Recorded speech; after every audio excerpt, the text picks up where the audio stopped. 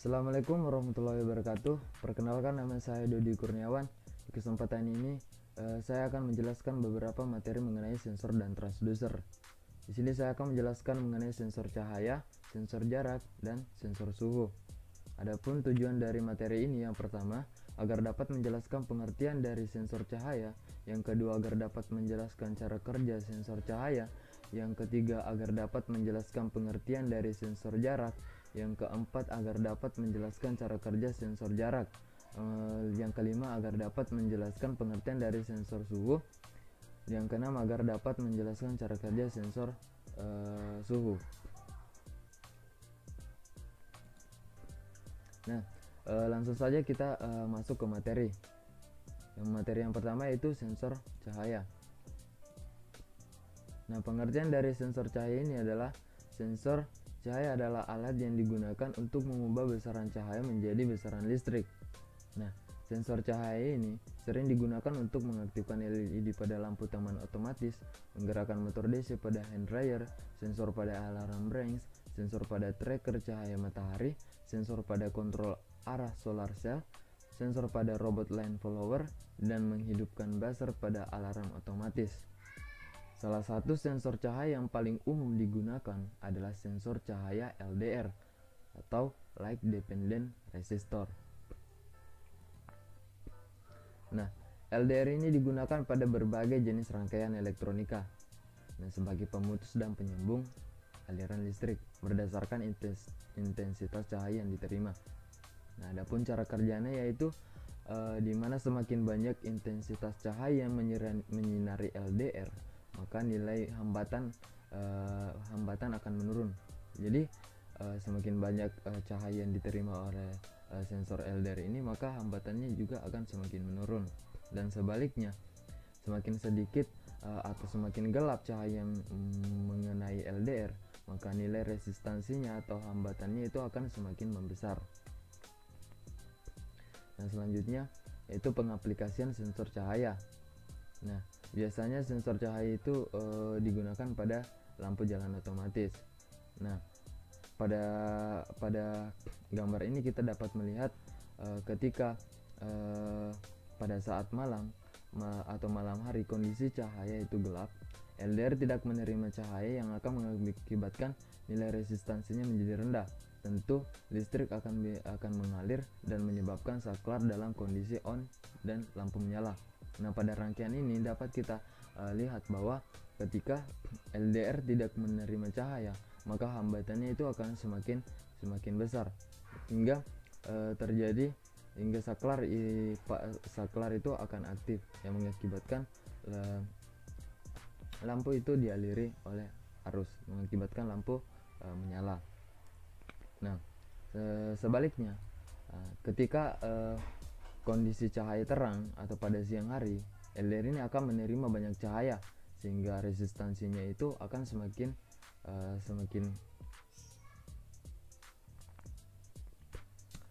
sehingga resistansinya itu semakin rendah dan listrik di sini tidak dapat mengalir. Hal yang tersebut membuat saklar sehingga lampu menjadi off atau mati. Nah, selanjutnya kita masuk ke materi yang kedua yaitu sensor jarak. Nah, apa itu sensor jarak?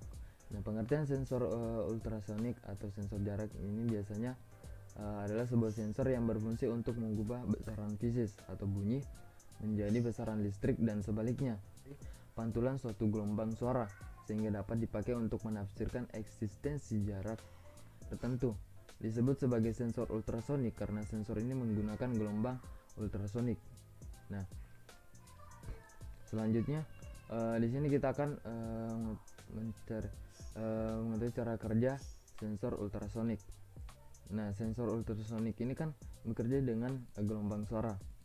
Nah, di sini sebuah sinyal pulsa dengan durasi setidaknya 10 mikrosecond atau 10 mikrodetik diterapkan ke pin trigger.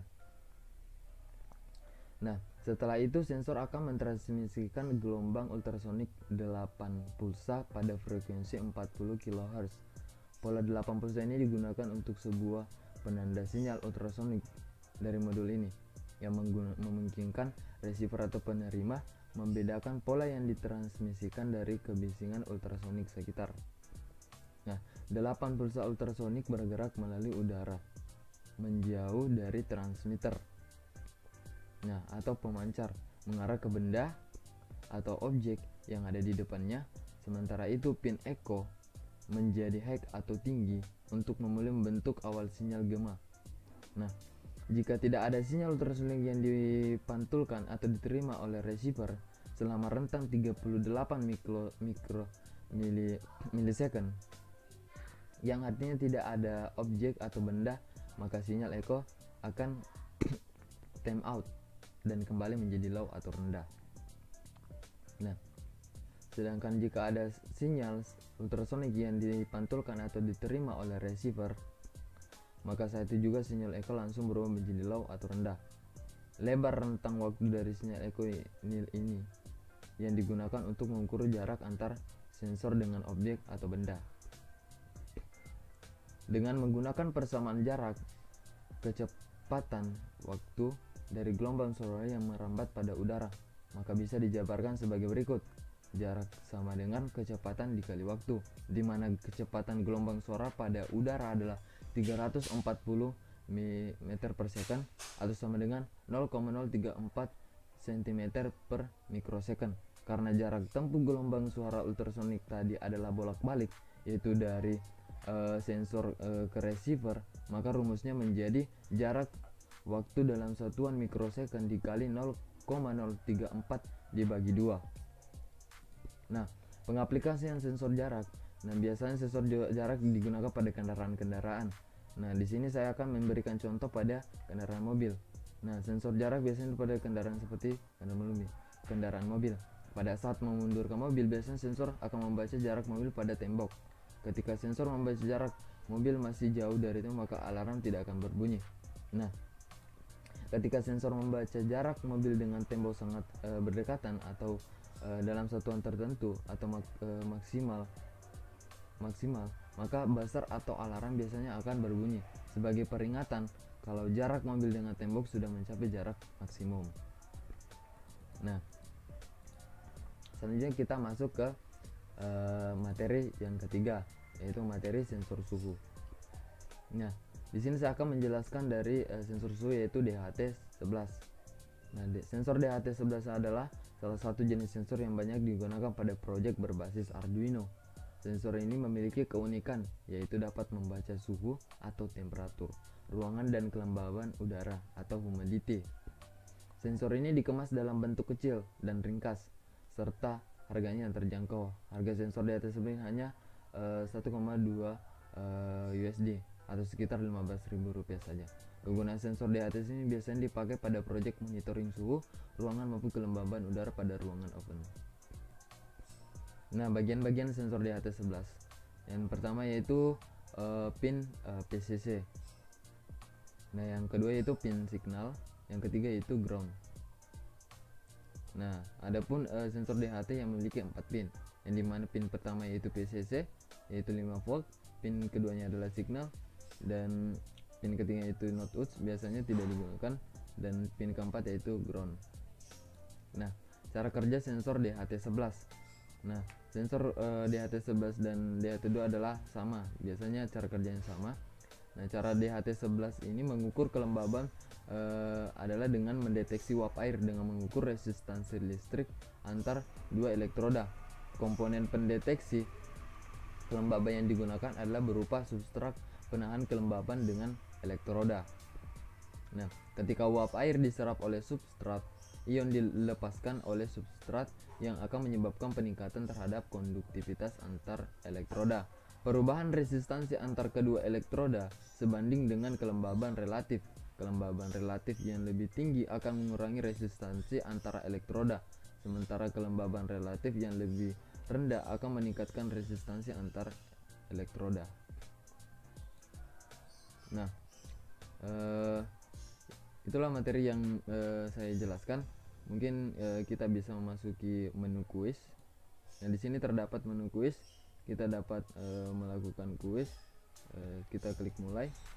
Nah, di sini kita akan mendapatkan diajukan pertanyaan, yaitu apa fungsi sensor ultrasonik. Ya, tentu saja untuk mendeteksi keberadaan suatu objek di depannya. Manakah di bawah ini yang bukan termasuk sensor suhu?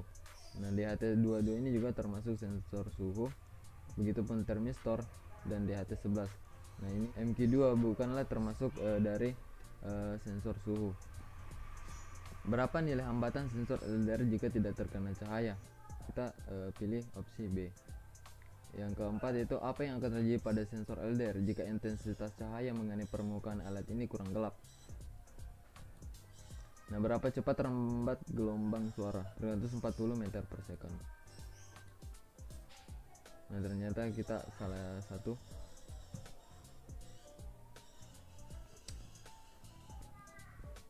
Nah, di sini profil saya.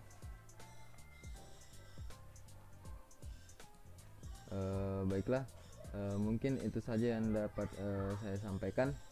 Terima kasih atas perhatiannya. Semoga apa yang saya sampaikan dapat bermanfaat. Terima kasih. Assalamualaikum warahmatullahi wabarakatuh.